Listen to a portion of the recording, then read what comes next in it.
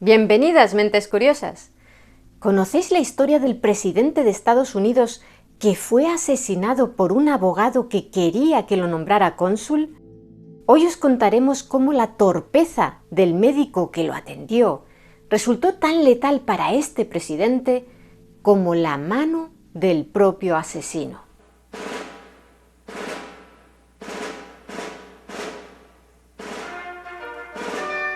Si en un examen de historia nos preguntaran por el apellido de algún presidente de Estados Unidos asesinado durante su mandato, la inmensa mayoría de nosotros responderíamos uno de estos dos, Lincoln o Kennedy. Y todo el mundo sabe cómo fueron asesinados, ambos con armas de fuego. ¿Dónde?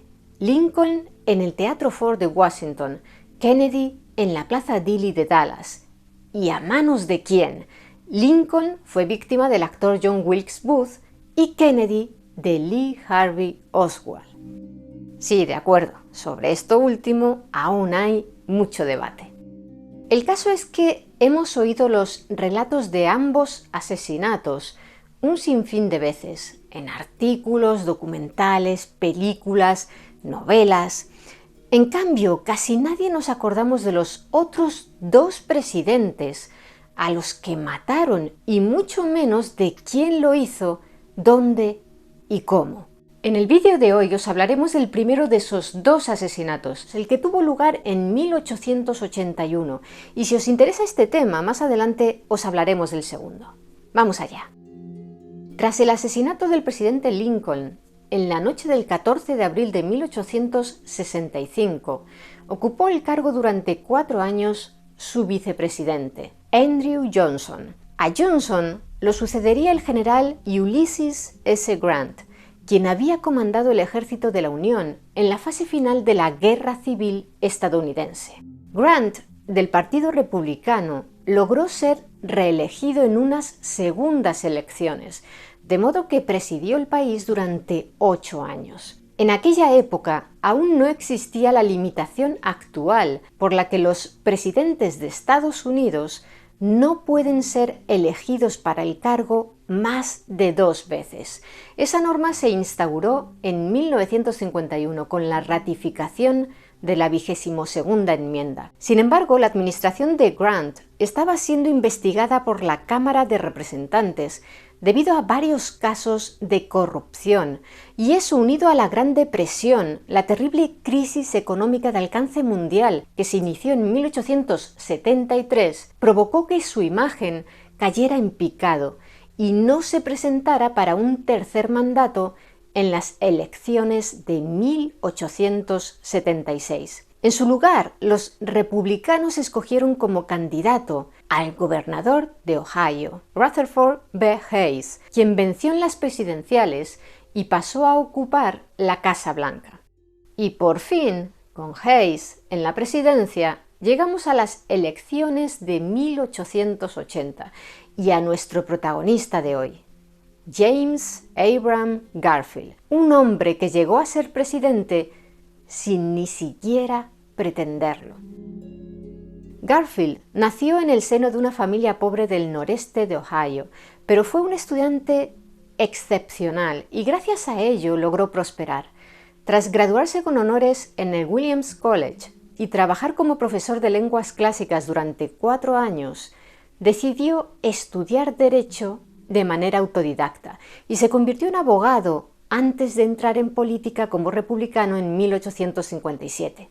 Al año siguiente se casó con una antigua alumna suya, Lucretia Rudolph, con quien tuvo 7 hijos.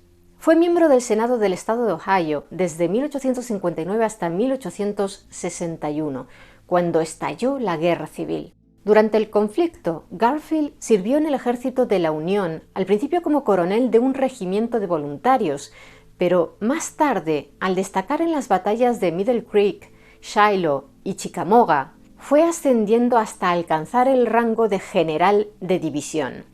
Gracias a su prestigio militar y académico, ocupó un escaño en la Cámara de Representantes desde 1863 hasta 1880, cuando su carrera política tomó de manera súbita e inesperada, un rumbo mucho más vertical de lo que él jamás había imaginado.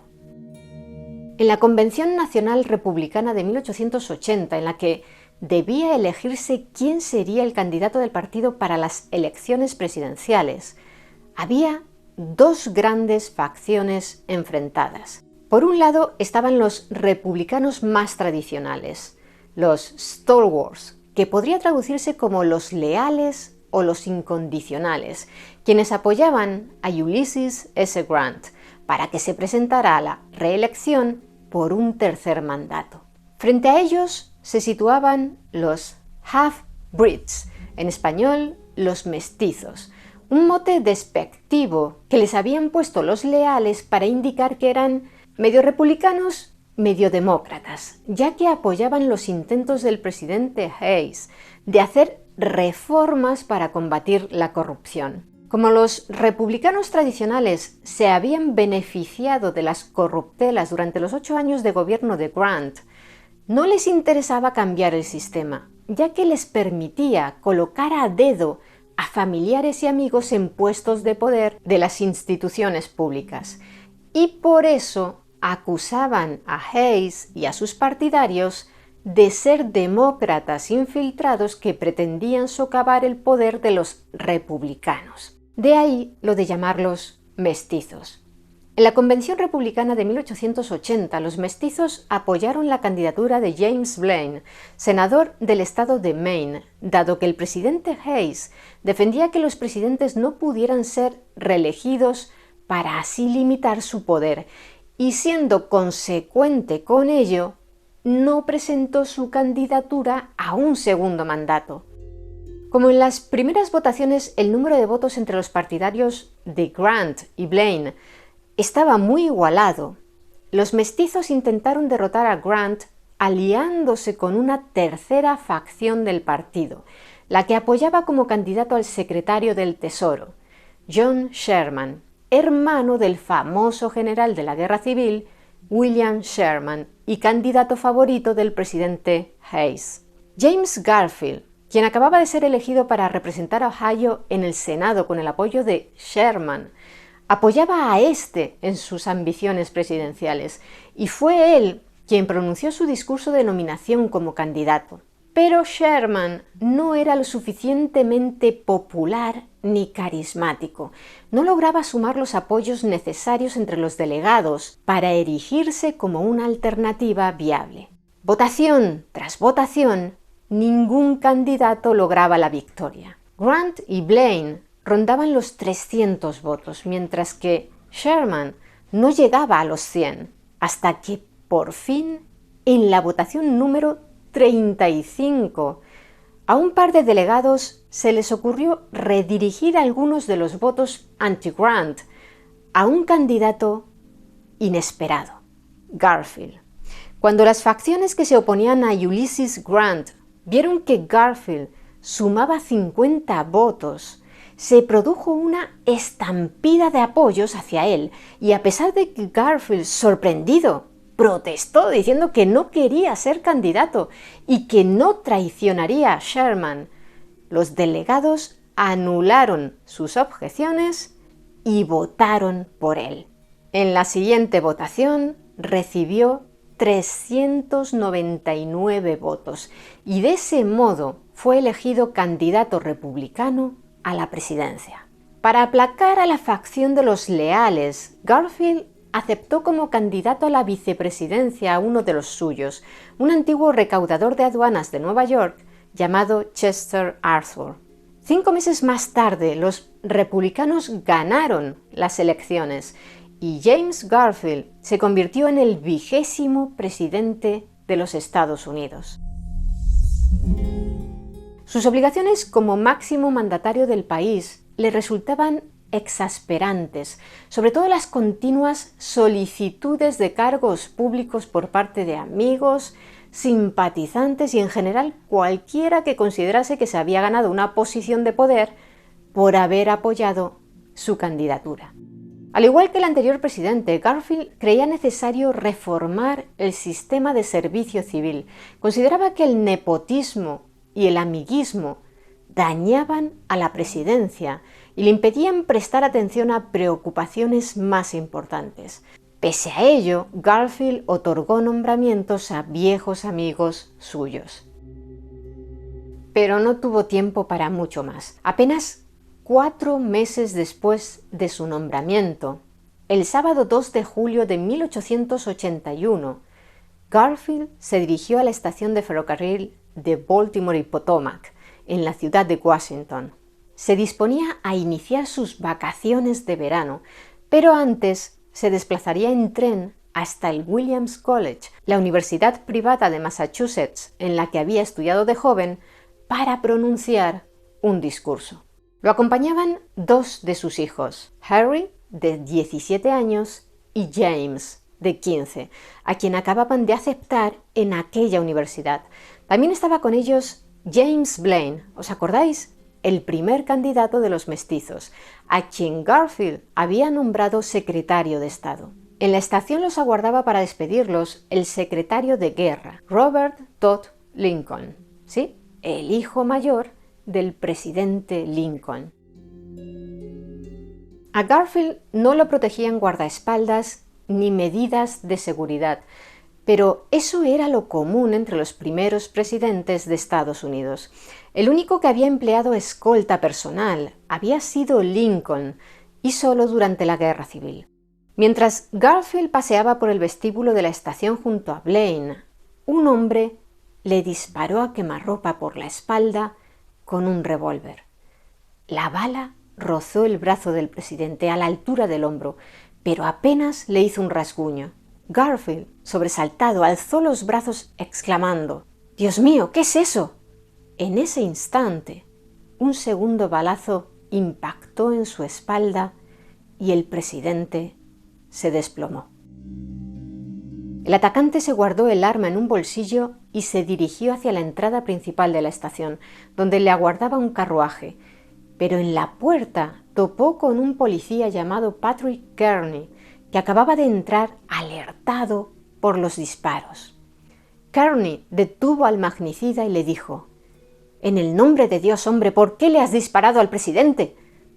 A lo que el asesino respondió: «Soy un stalwart, ya sabéis, un leal, y quiero a Arthur como presidente».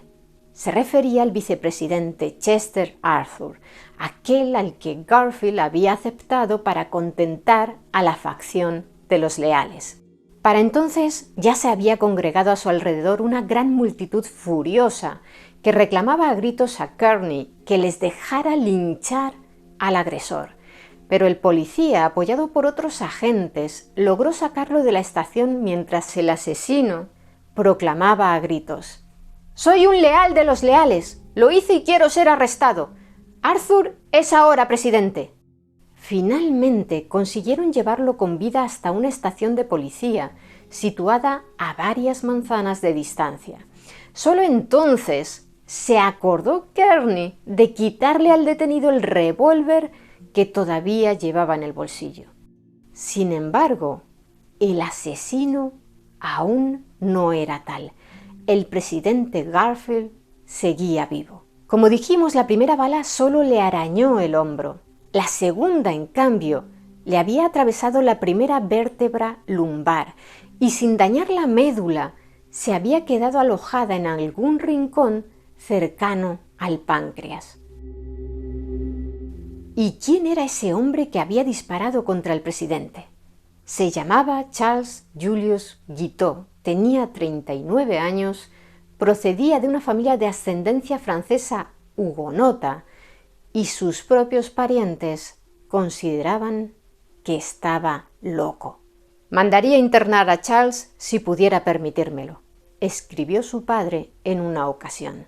La única que al principio defendía su cordura era su hermana, hasta que un día la amenazó con un hacha. «Lo que me asustó de él fue la expresión de su rostro», afirmó.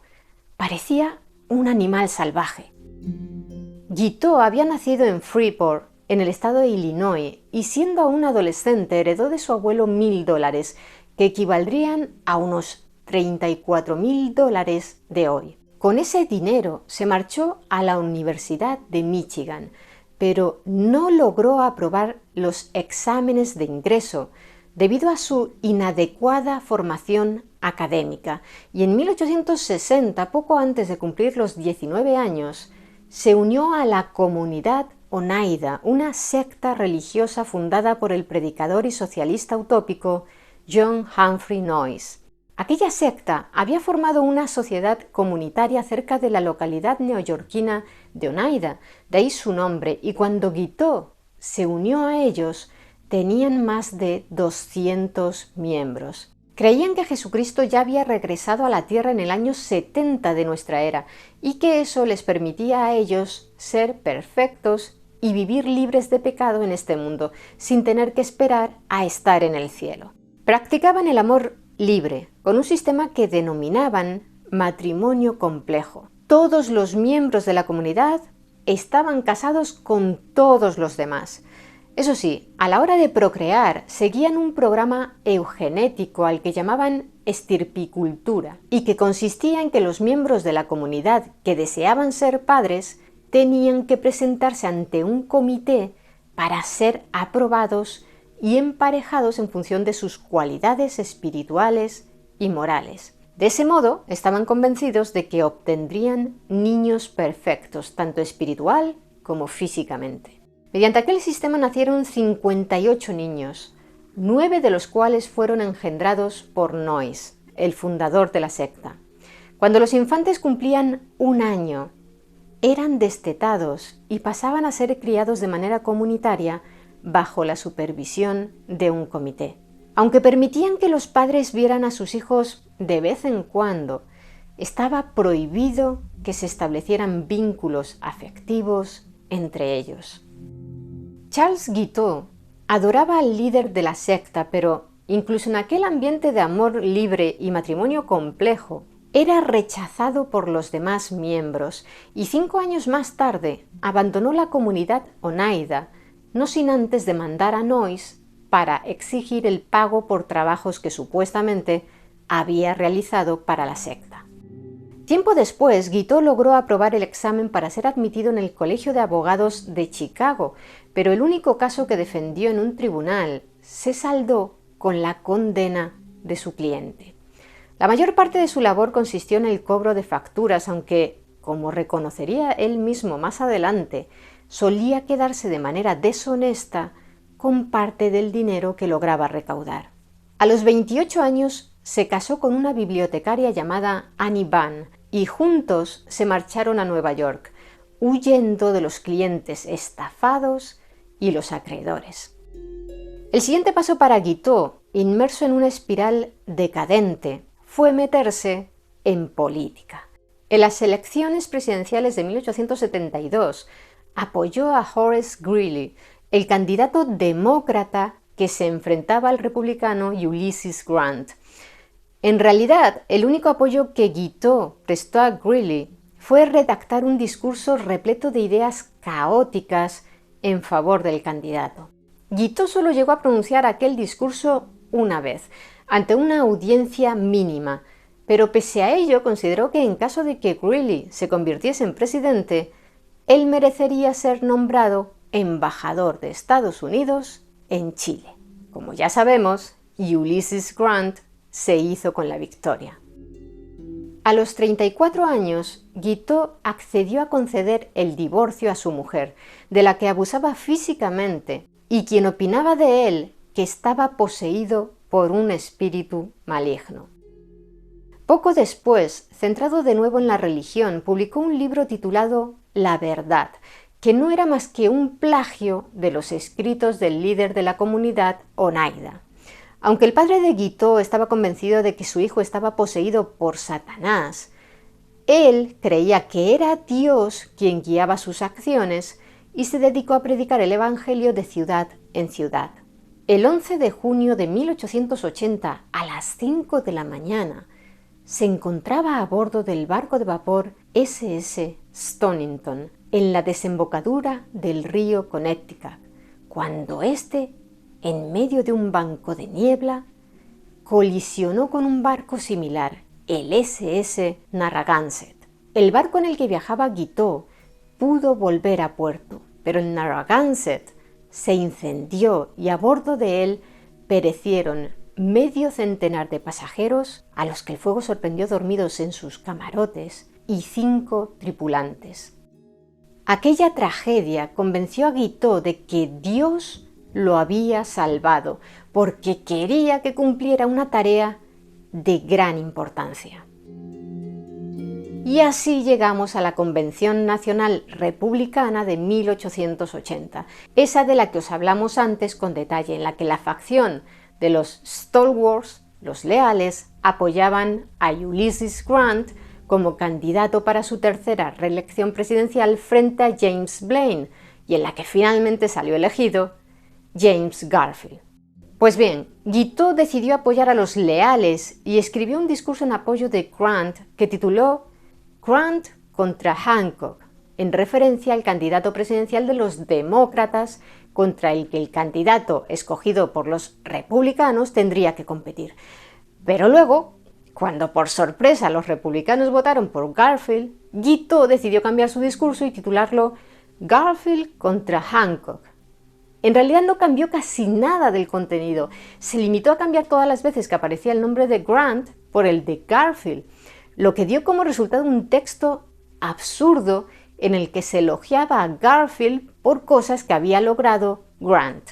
Nunca leyó su discurso en público, se limitó a imprimir unos cientos de copias. Pese a ello, en la mente de Guiteau, su fabuloso texto había sido el artífice de que Garfield lograra derrotar al demócrata Hancock y alcanzara la Casa Blanca. Y como es lógico, merecía una recompensa. Un consulado estaría bien. Primero solicitó el de Viena, pero luego decidió que le gustaría más París.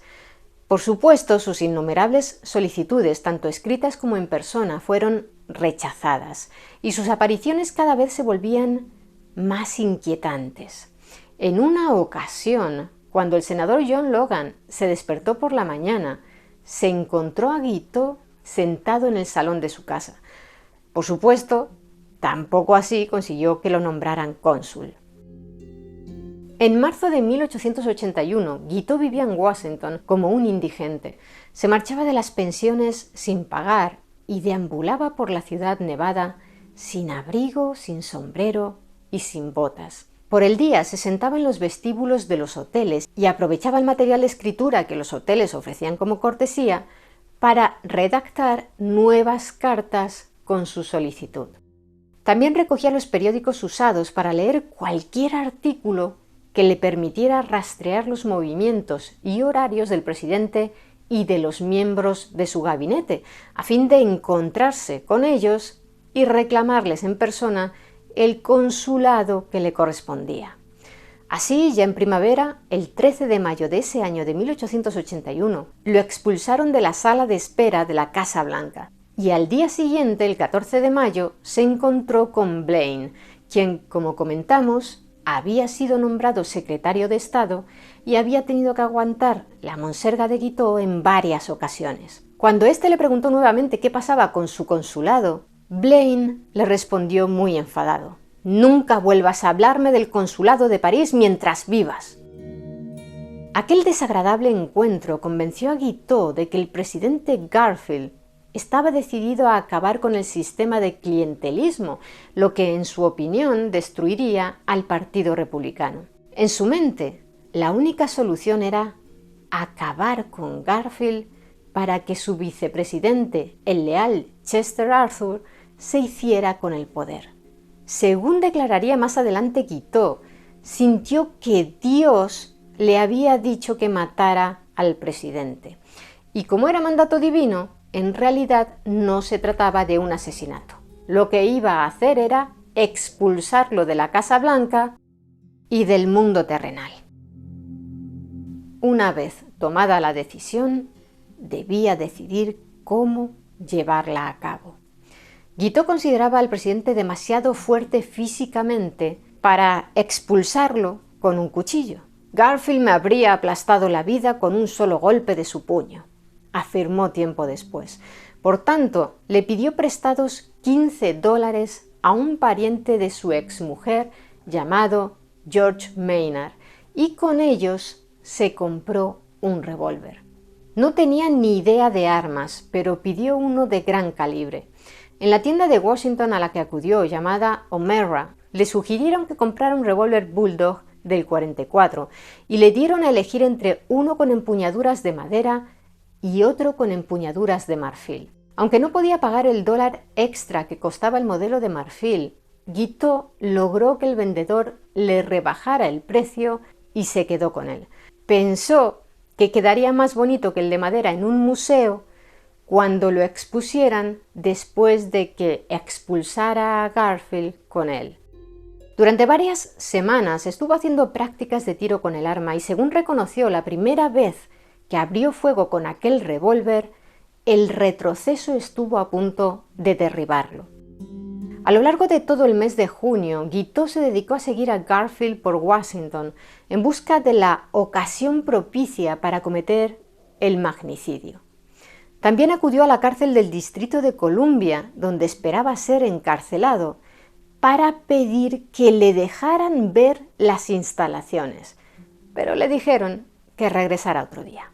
En previsión de que tras el magnicidio una multitud enfurecida asaltara la cárcel para lincharlo, preparó una carta dirigida al famoso general Sherman, en la que le anunciaba que acababa de disparar al presidente varias veces para que le resultara más fácil abandonar este mundo. Le pedía al general que enviara a sus tropas para hacerse con el control de la prisión a fin de defenderla. Planeaba enviar aquella carta poco antes del asesinato. En una ocasión, Guiteau siguió a Garfield hasta la estación ferroviaria de Baltimore y Potomac, la misma en la que le dispararía días más tarde. Garfield había ido hasta allí acompañando a su esposa, Lucretia, quien se disponía a tomar un tren. ¿Por qué Guiteau no llevó a cabo el atentado?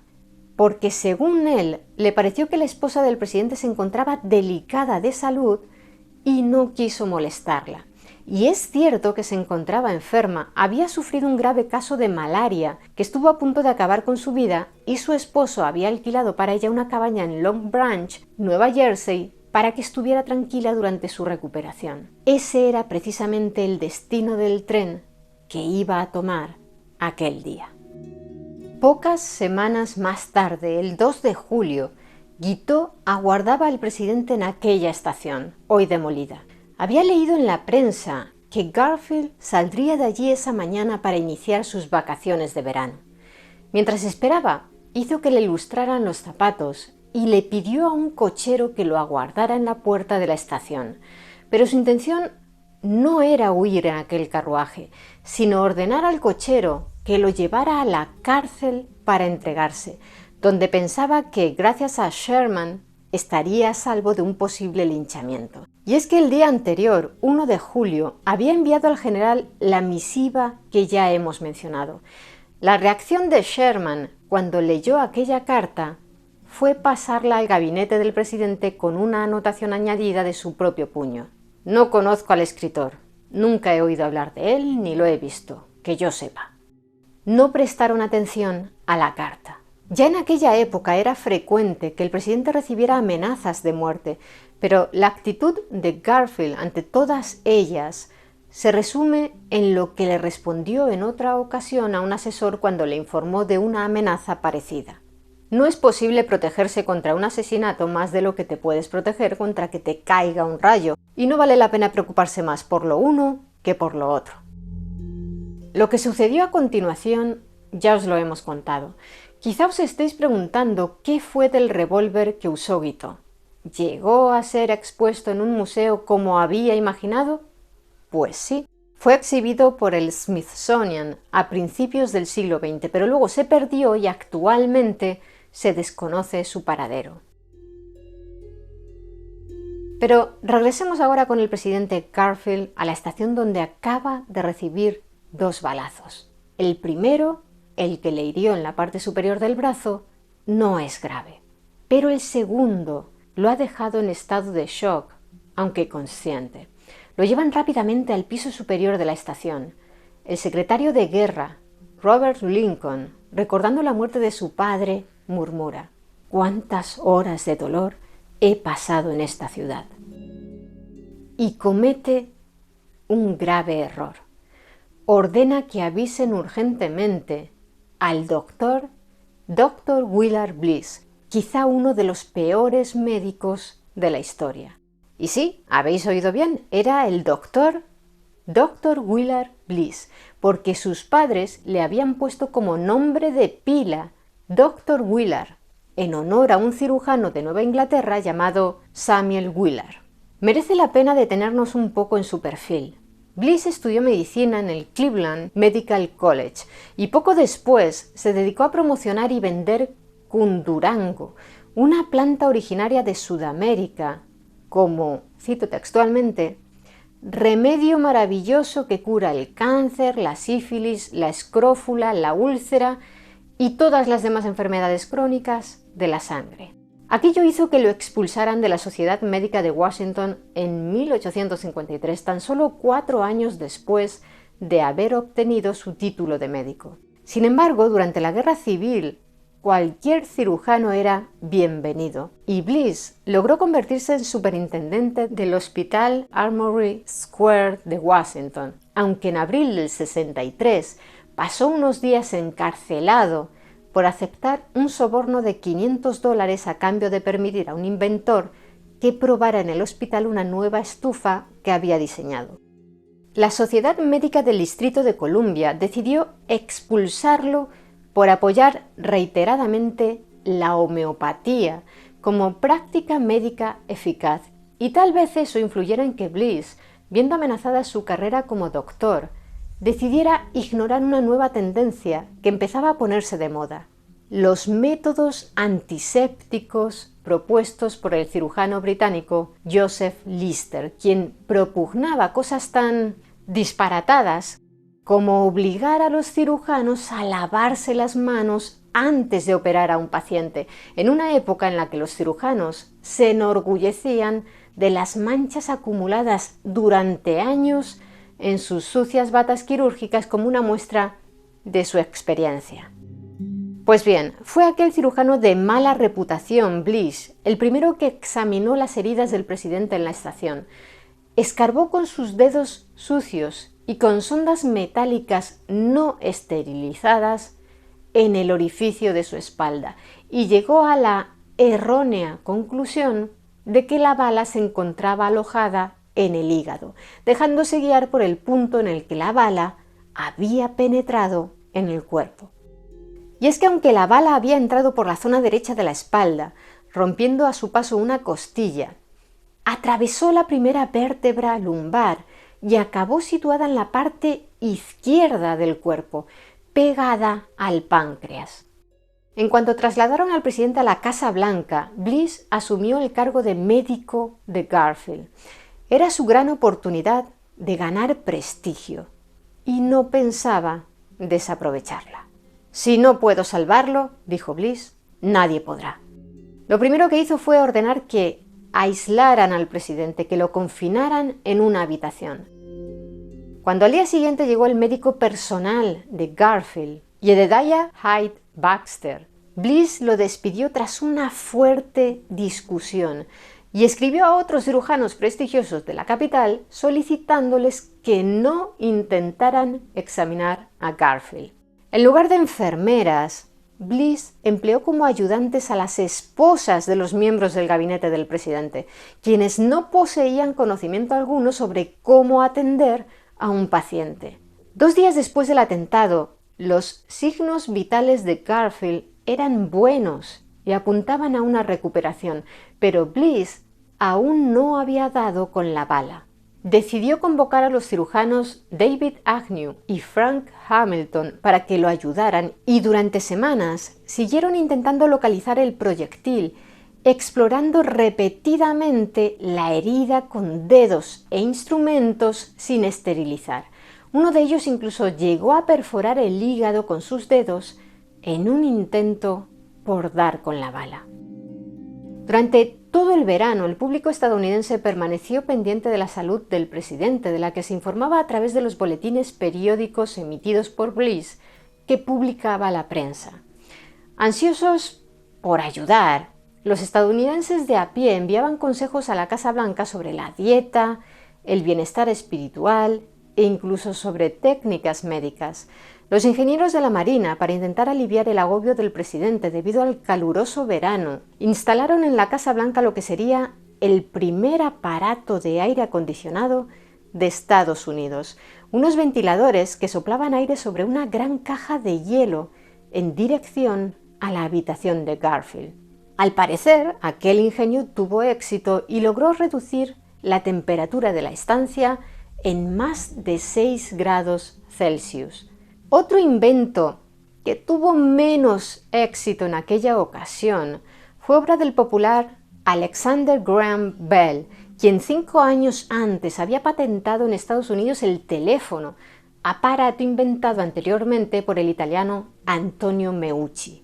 Como los rayos X no se descubrieron hasta unos 14 años más tarde, para ayudar a los cirujanos a encontrar la bala en el cuerpo del presidente, Bell desarrolló rápidamente una de las primeras versiones conocidas de un detector de metales. Algunas versiones señalan que el aparato funcionaba bien en pruebas previas, pero que no logró dar con la bala debido a que Garfield estaba tendido sobre una cama con un armazón metálico. Otras apuntan a que Bliss fue el causante del fracaso del inventor de origen escocés al permitirle usar su detector únicamente en la zona en la que él creía que estaba la bala, es decir, en el lado derecho del cuerpo. Pero Bell, en una relación detallada del caso escrita por él mismo, reconoció en una nota al pie: el examen post-mortem demostró que la bala estaba a demasiada distancia de la superficie como para ser detectada por nuestro aparato. Mientras tanto, el estado del paciente fluctuaba, con varios episodios de fiebre, y comenzó a perder peso, ya que no lograba retener la comida.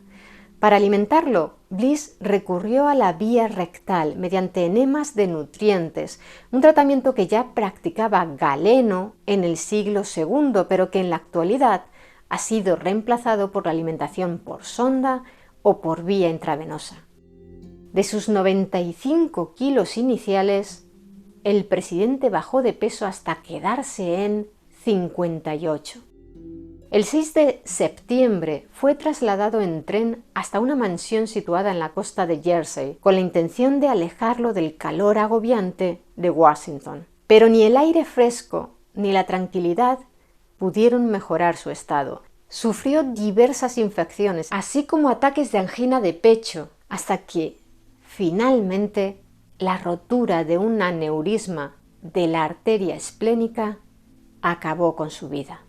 El presidente James Garfield falleció el 19 de septiembre de 1881, a los 6 meses de iniciar su mandato y 11 semanas después de recibir los disparos. Una de las últimas frases que pronunció fue en respuesta a su mujer, Lucrecia, cuando ésta le preguntó: «Cariño, ¿te duele?». Él contestó: «Solo duele vivir».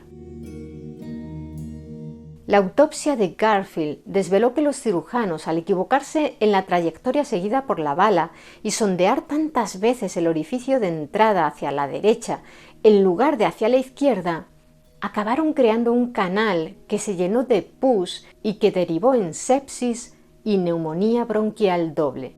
Pese a la peligrosa situación de la bala, alojada tras el páncreas y en contacto con la arteria esplénica, diversos cirujanos de los siglos XX y XXI han opinado que la herida de Garfield no era letal y que podría haber sobrevivido de no ser por las infecciones causadas por la mala praxis de Bliss. Otros, en cambio, han sugerido que la causa de la muerte no fueron las infecciones por la falta de esterilización, sino una rotura de la arteria esplénica o de la vesícula biliar.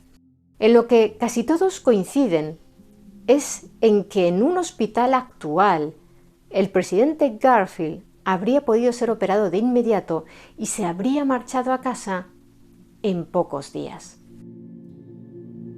En defensa de Bliss, cabe argumentar que tal vez no sea justo hablar de mala praxis si tenemos en cuenta que en aquella época la esterilización de los instrumentos médicos aún no era una práctica extendida. Si un cirujano actual nos provocara una infección al hurgar entre nuestros órganos sin lavarse las manos ni ponerse guantes estériles, sin duda podríamos exigirle responsabilidades, pero en aquella época era así como operaban de manera habitual. Tal y como había previsto el asesino, Chester Arthur se convirtió en el nuevo presidente de Estados Unidos y relevó del cargo a todos los miembros del gabinete de Garfield, a excepción de Robert Lincoln. Pero Guiteau se habría sentido muy decepcionado con su gestión. En lugar de mantener el sistema de clientelismo que defendían los leales, Chester Arthur consiguió que el Congreso, conmovido por el asesinato de Garfield, aprobara la ley Pendleton de reforma del servicio civil, que exigía que una parte considerable de los puestos dentro del gobierno federal se otorgasen en función del mérito, por oposición, en lugar de por decisiones políticas. Asimismo, aquella ley impedía despedir o degradar a funcionarios de manera arbitraria. ¿Y qué fue del autor de los disparos? 2 meses después del fallecimiento del presidente, en noviembre, Charles Guiteau fue juzgado por asesinato en la Corte Suprema del Distrito de Columbia. Aunque insistió en representarse a sí mismo, el tribunal le asignó un abogado, que tardó menos de una semana en renunciar. Entonces pasó a ser su defensor George Scoville, un abogado cuya experiencia se limitaba a examinar escrituras de propiedad, pero que era el único que se sentía obligado a aceptar el caso. ¿Por qué? Porque se había casado con la hermana de Guiteau, es decir, que era su cuñado. Durante el juicio, Guiteau acaparó la atención mediática, no solo por el crimen que había cometido, sino también por su comportamiento estrambótico. Maldecía continuamente, insultaba a su abogado, a los testigos e incluso al juez.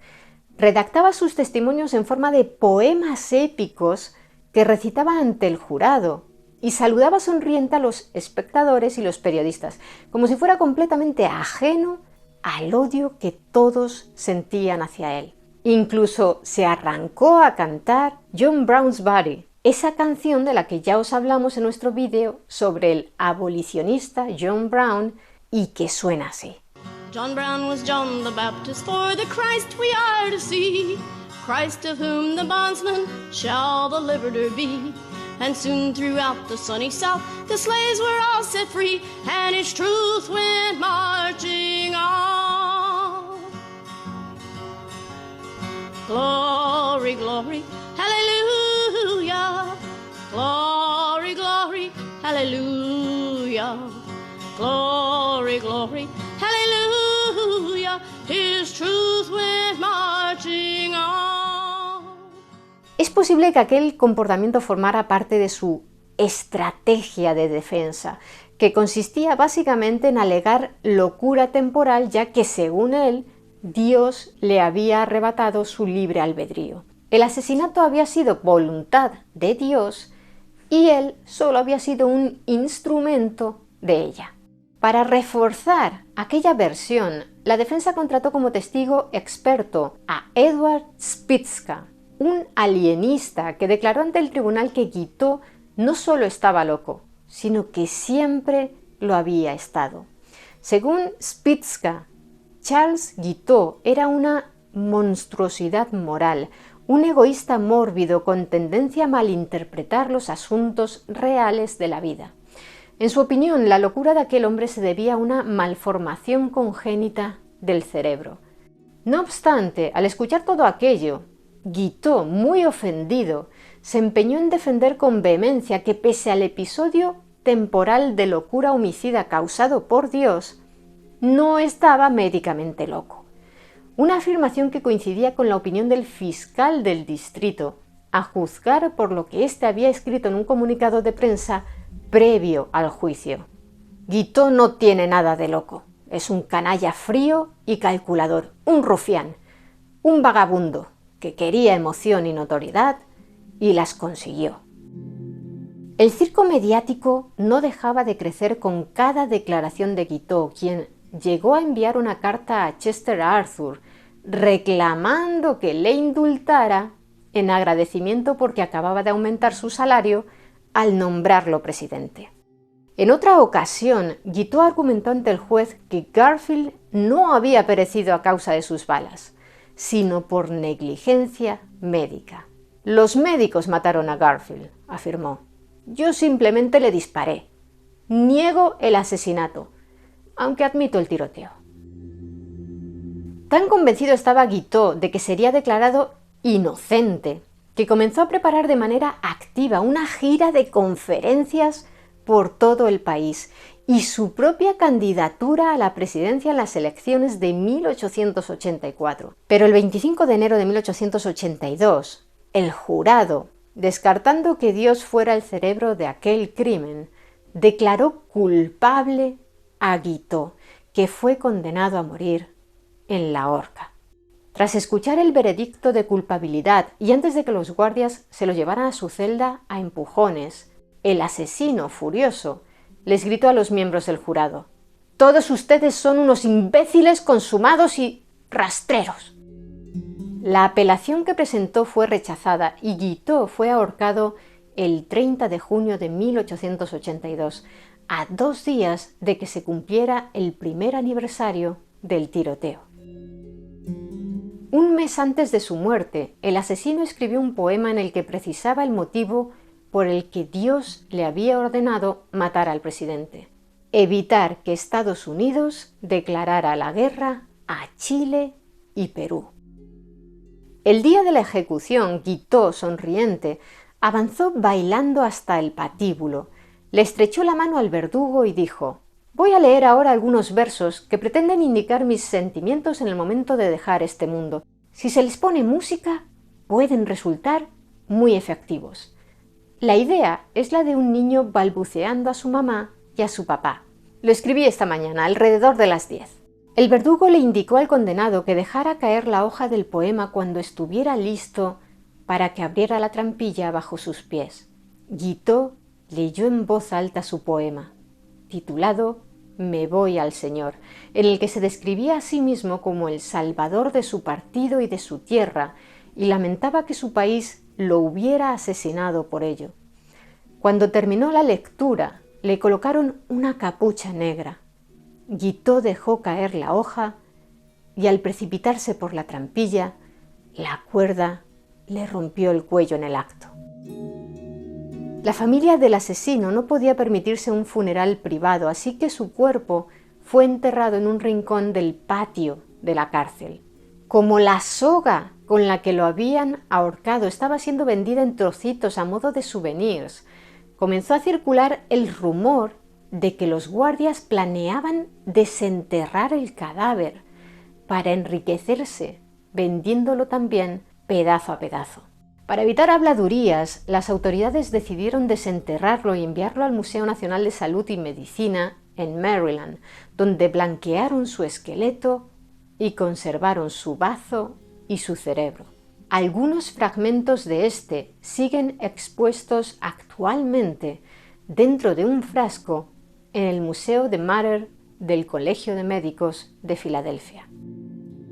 Por último, solo comentaros que el cuarto presidente de Estados Unidos asesinado durante su mandato, aparte de Lincoln, Kennedy y Garfield, fue William McKinley en 1901. Tras la muerte de este, el Congreso solicitó por fin al servicio secreto que brindara protección a los presidentes y desde entonces cuentan con un amplio equipo de escoltas. ¿Y vosotros? ¿Qué opináis del magnicidio del presidente Garfield? ¿Tenía razón Guiteau al decir que los asesinos eran los médicos y que él simplemente le disparó? Me gustaría que nos lo contarais abajo en los comentarios. Y si queréis conocer más historias interesantes, suscribíos a nuestro canal. Muchas gracias por estar ahí, mentes curiosas. Nos vemos en el siguiente video.